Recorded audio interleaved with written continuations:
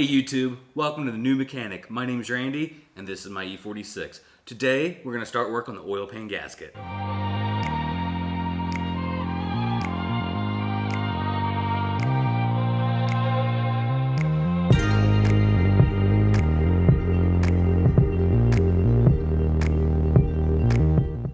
Alright, so before we get started, I found some kind of cool pieces of paper.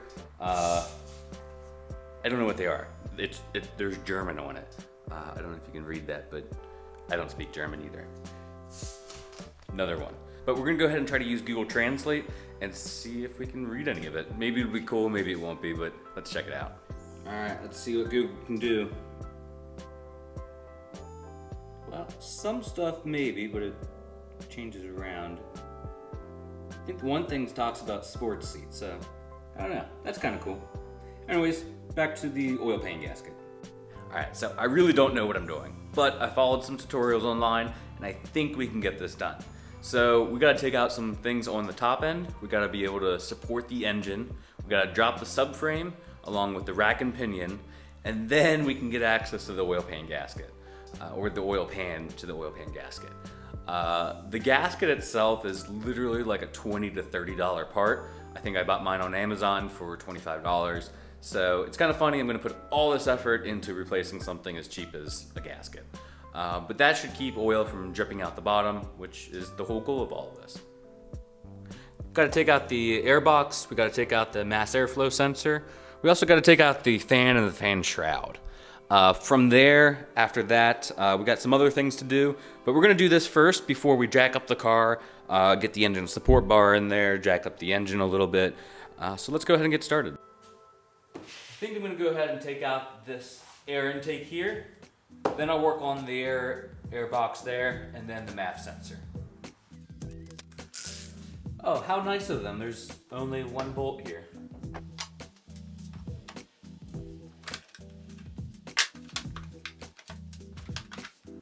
Alright, wasn't too bad.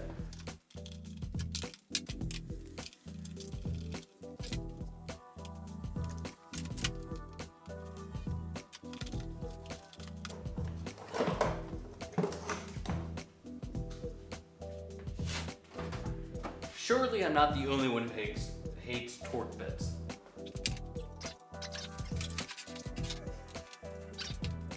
Hey, I think we got a match.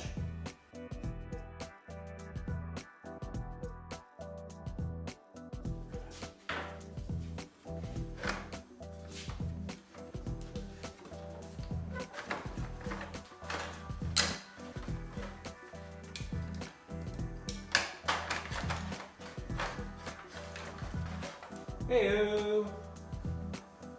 All right, now that we got the airbox out, the MAF sensor out, and the fan and fan shroud, I think the next thing we're gonna do is go ahead and jack the car up. We'll get it up on some jack stands. I got some big jack stands to give me some extra room underneath. After that, I think we have to get the oil pump unhooked from the belt, and we need to hang it a little bit because it's in the way. So let's go ahead and jack the car up.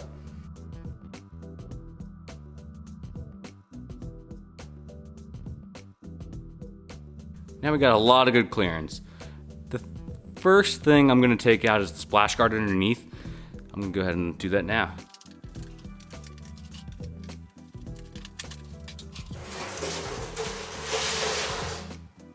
All right, so let's go ahead and take a look at the damage. Woo! There is gunky oil everywhere in here. This is the AC pump. At some point we're actually gonna replace this because it has no AC and I would like AC. You can see the gunk there. This is the oil pump. We gotta go ahead and take this and move it out of the way. But for now, let's just go ahead and see everything. Woo-wee! I even just barely touched something, it's all over my hands. All right, so this right here is a reinforcement. I think we gotta take this out because right above it is where the oil pan gasket is. I don't think that drops with the subframe. So, yeah, one more thing we gotta take out, which is fine. But let's go ahead and get started here. Let's get the belt off first.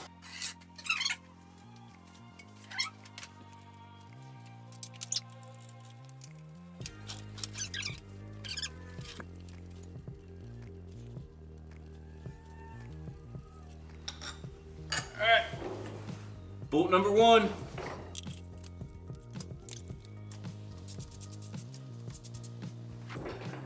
Bolt number 2.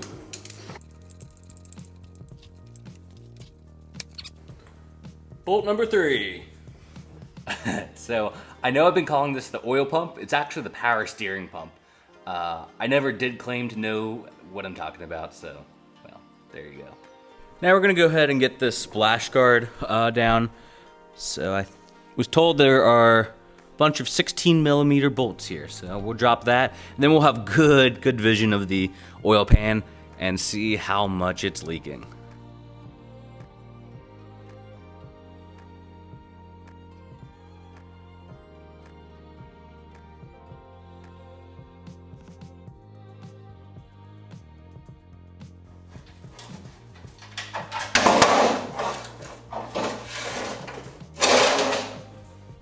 All right, we got it up. Harbor Freight engine support bar. Hopefully this supports the engine. Doesn't drop on me. It wouldn't be good. So let's unbox it.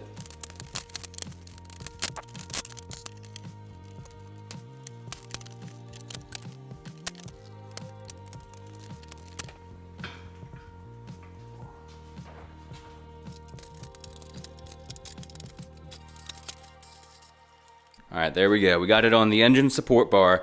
I haven't cranked this down because what we're gonna do is jack the engine up just a little bit to bring some weight off of here.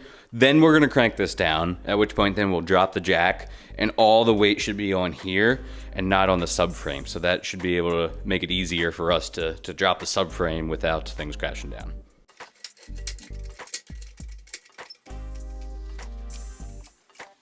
All right, you'll see that we have just a little bit of room left here, so I'm gonna go ahead and crank this down. And then we can release the jack.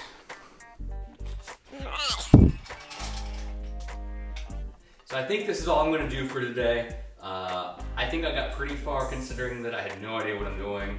I had to look things up online to figure out, what was the next step. Also was recording everything, so. But thank you so much for watching, I really appreciate it.